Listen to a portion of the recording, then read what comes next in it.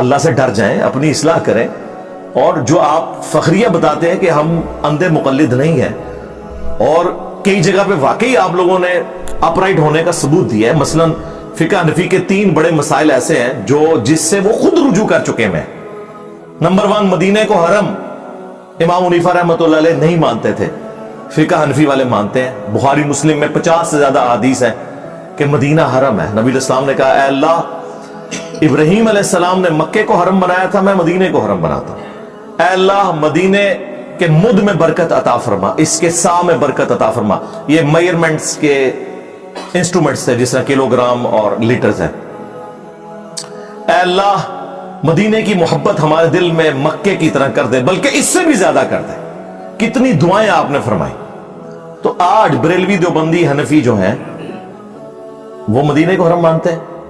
دوسرا، امام حنیفہ رحمۃ اللہ علیہ شوال کے 6 روزوں کو بدعت سمجھتے تھے. ایون امام مالک جو مدینہ شریف میں رہتے ہیں، وہ الموطا امام مالک میں لکھ رہے ہیں کہ میں نے اہل مدینہ کو شوال کے 6 روزے رکھتے ہوئے نہیں پایا، حالانکہ اب سب رکھنے ہیں. بخاری کو چھوڑ کے باقی جو 5 کی 5 کتابیں اہل سنت کی، مسلم، ابو داؤد، ترمذی، نسائی، ابن ماجہ میں یہ حدیث موجود ہے کہ جو رمضان کے بعد شوال کے 6 روزے رکھ لے وہ ایسا ہے جیسا کہ پورے سال کے روزے اس نے رکھے، اور پوری زندگی رکھتا رہے تو پوری زندگی کے روزے. اس میں آپ کی مرضی ہے کہ وہ پورے مہینے میں کسی بھی وقت رکھ لیں. یہ نہیں ہے کہ ایک فوراً بعد رکھ لیں یا ساتھ ہی شروع کر دیں، جب آپ کا دل کرے آپ نے اس ایک مہینے میں وہ 6 روزے پورے کرنے. تو حنفیوں نے یہ ان کا مسئلہ چھوڑ دیا. امام حنیفہ جو ہے عقیقے کو زمانہ جاہلیت کی رسم مانتے تھے، جبکہ بخاری میں موجود ہے نبی علیہ السلام نے فرمایا کہ بچے کی طرف سے عقیقہ کرو. ترمذی، ابو داؤد میں موجود ہے نبی علیہ السلام نے فرمایا لڑکے کی طرف سے 2 بکرے یا بکریاں اور لڑکی کی طرف سے 1 کرو. بچے کی جان گروی ہوتی ہے عقیقے کے بس خون بہاؤ.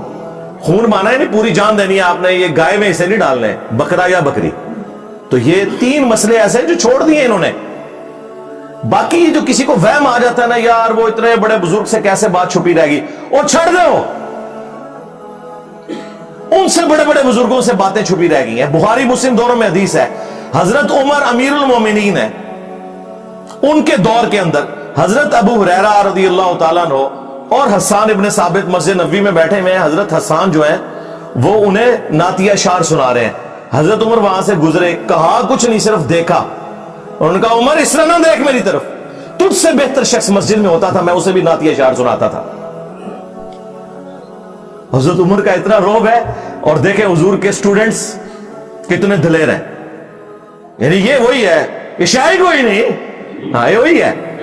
ہاں تو حضرت عمر نے کہا کہ اپنا گواہ لے کے آؤ. انہوں نے کہا یہ ابو ہریرہ بیٹھے ہیں، ان سے پوچھے. تو حضرت ابو ہریرہ نے کہا کہ میں گواہی دیتا ہوں کہ نبی علیہ السلام نہ صرف حضرت حسان سے نعتیہ اشعار سنتے تھے بلکہ دعا فرمایا کرتے تھے، اے اللہ حسان کی مدد فرما روح قدس کے ذریعے، جس طرح تو نے عیسیٰ ابن مریم کی مدد فرمائی تھی. وَأَيَّدْنَاهُ بِرُوحِ الْقُدُسِ. تو حضرت عمر وہاں سے چلے گئے. انہوں نے یہ نہیں کہا کہ علیکم بسنتی و سنت الخلفاء الراشدین المہدیین. انہیں پتا تھا کہ یہ اسی صورت میں جب قرآن و سنت کے انڈر ہو، جہاں کی مجھ سے مس ہینڈلنگ ہوگی تو میں رجوع کروں گا. دوسرا اس سے یہ رزلٹ نکلا کہ بڑے سے بڑے شخص سے بھی حدیث چھپی ہو سکتی ہے. حضرت عمر سے بڑا کون تھا؟ تو اگر حضرت عمر کو حدیث نہیں پتا تھی تو امام حنیفہ کو اگر کوئی حدیث نہیں پہنچی تو اس میں کون سا مسئلہ ہے؟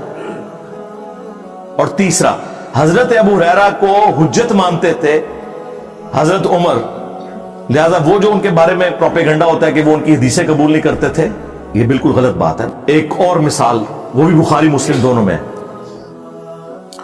حضرت ابو ہریرہ نبی علیہ السلام کی وفات کے بعد 30 سال تک یہ فتویٰ دیتے تھے کہ جس شخص کے اوپر غسل فرض ہو وہ روزہ نہیں رکھ سکتا. 30 سال میں نے کیلکولیٹ کیے، کیونکہ اس وقت مدینے کا گورنر مروان بن حکم تھا، اور مروان بن حکم حضرت معاویہ کے دور میں رضی اللہ تعالیٰ عنہ گورنر مدینہ بنا. حضرت عائشہ تک جب بات پہنچی تو انہوں نے فرمایا کہ نبی علیہ السلام تو جنبی ہوتے تھے اور فجر کا وقت داخل ہونے کے بعد غسل اتارا کرتے تھے اور روزہ رکھ لیا کرتے تھے. جب حضرت ابو ہریرہ تک یہ بات پہنچی تو انہوں نے اپنے فتوے سے رجوع کر لیا.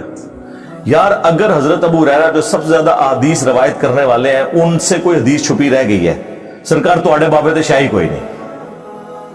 دیکھو کیسا یونیورسل جملہ آپ کو دیا ہے. ابو ہریرہ جیسا ہے ہی کوئی نہیں، تیرا بابا تے شاہی کوئی نہیں. ان سے بھی تو رہ گئی نا ایک بات، اوور لک ہو